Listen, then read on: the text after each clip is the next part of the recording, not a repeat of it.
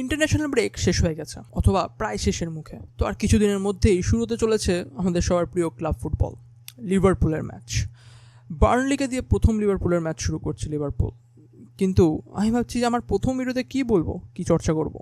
Match শুরু হতে এখনও প্রায় 6-7 দিন বাকি আছে। আই থট যে আলেকজান্ডার ইসাক সবে মাত্র জয়েন করেছে লিভারপুলে, তো শুরুটা তাকে দিয়ে করা যাক।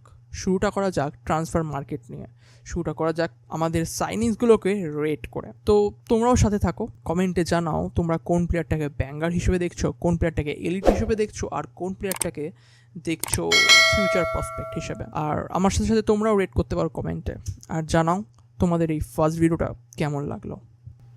সো প্রথমে শুরু করা যাক আমাদের ফ্লোরিয়ান উইটস দিয়ে। ফ্লোরিয়ান উইটস লেভারকুসেন থেকে লিভারপুলে এই বছরেই এসছে, অর্থাৎ এখানে একটা মার্কি signing.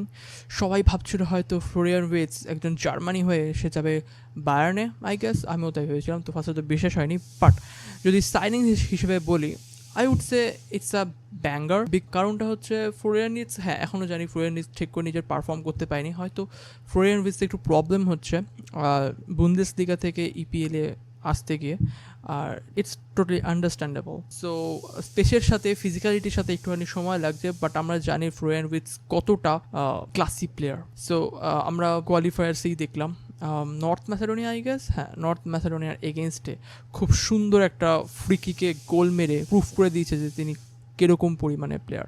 So I would say it's a banger, but it will take some time. Then Mamardashvili উইকিপার ব্যাকআপ, এখন যেহেতু অ্যালিশন খেলছে, তো তাকে মনে হয় না তাকে চান্স খুব একটা পাবে এখন। বাট ব্যাকআপ কিপার হিসেবে, আর বিশেষ করে কারাবাও কাপগুলোতে যেইগুলোতে আমাদের একটু লো লেভেল টিমের সাথে ম্যাচ হবে, সেই টিমের সময় খেলার সময় আমাদের কিন্তু মারমাদাশভিলিকে লাগবে। Banger signing, so I would say it's a top, but or maybe it's elite, yeah maybe it's elite because কিপারের দেখতে গেলে মার্কেটে যা ভালো ভালো কিপার ছিল তার মধ্যে মারমাদাশভিলি একজন elite. Then Hugo Ekitike top player, prospect top or prospect, let's see তো নয়, কারণ হুগো একেটিকের বয়স এখনই 22-23 হয়ে গেছে, তো লেটস সি হবে না, ফিউচার প্রসপেক্ট তো নয়। I think top. আর এসেই গোল করা স্টার্ট করে দিয়েছে, প্রথম ম্যাচ থেকে গোল করা স্টার্ট করে দিয়েছে, 4 ম্যাচে 3টে গোল, আই গেস, ইয়েস 4 ম্যাচে 3টে গোল। বাট প্রবলেমটা হচ্ছে হুগো একেটিকে কিন্তু 60 মিনিটস 62 মিনিটস এই এরকম টাইম ধরে খেলার প্লেয়ার।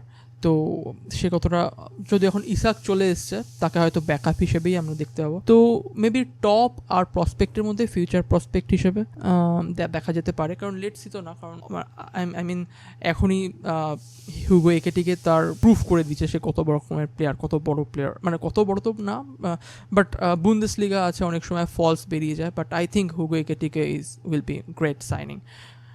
কার্কেস ইয়াং, আর এটাকে আমি রাখতে চাইছি লেট সির ক্যাটাগরিতে, বিকজ ইয়াং মাত্র একটা ম্যাচই এখনও পর্যন্ত ভালো খেলেছে, যদিও প্রিমিয়ার প্রুভেন প্লেয়ার, তাও একটা ম্যাচই ভালো খেলেছে আর্সেনালের সাথে, ওটা বিগ ম্যাচ ছিল, তো বিগ ম্যাচে বিগ প্লেয়ার। তো লেট সি ইয়াং ডিফেন্ডার, আমাদের ডিফেন্স লাইন অনেকটাই নতুন, কেরমভাবে নিজেকে সাজিয়ে রাখবে সেটাই এখন দেখার।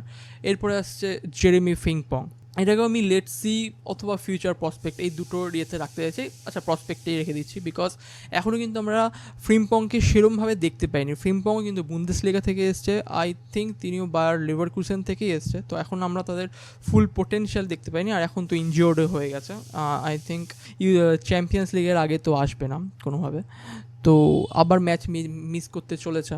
তো ফিউচার প্রসপেক্টেই বলবো, বিকজ এখনও দেখতে পাইনি, বাট সাইনিংস কিন্তু টপ হয়েছে, টপ নচ। দেন চিভানি লিওনি, এটাকে আমি রাখতে চলেছি ফিউচার প্রসপেক্ট হিসেবে। একে বলা হয় মানে ইতালির ব্যাকবোন বলতে পারে, লাইক ফিউচার হিসেবে কিন্তু অনেক বড়, ইতালির ডিফেন্সের ফিউচার হিসেবে একেই দেখা হচ্ছে, আর একেই আমরা সাইন করে নিয়েছি। আর ভ্যান ডাইকের সাবস্টিটিউট হিসেবে ধরা হচ্ছে, বাট আমার মনে হয় না ভ্যান ডাইককে কেউ এত তাড়াতাড়ি ইয়ে করে দেবে। But let's see what happen in future. আর সবচেয়ে শেষ যাকে আমি বাঁচিয়ে রেখেছি তিনি হচ্ছেন আলেকজান্ডার ইসাক। অনেক নাটক তো বলবো না, বাট অনেক নাটকীয়তা রোমাঞ্চের পর আলেকজান্ডার ইসাক কিন্তু লিভারপুলের হয়ে লিভারপুলের জার্সি পরে খেলবে। ফার্স্টে প্রসপেক্টে এসেছিল, তারপর let's see but I think it's a elite signing, it's a totally elite signing. Mouse কাজ করছে না, but it's elite signing, it's elite signing, totally it's elite, and it's every penny will worth it in my opinion.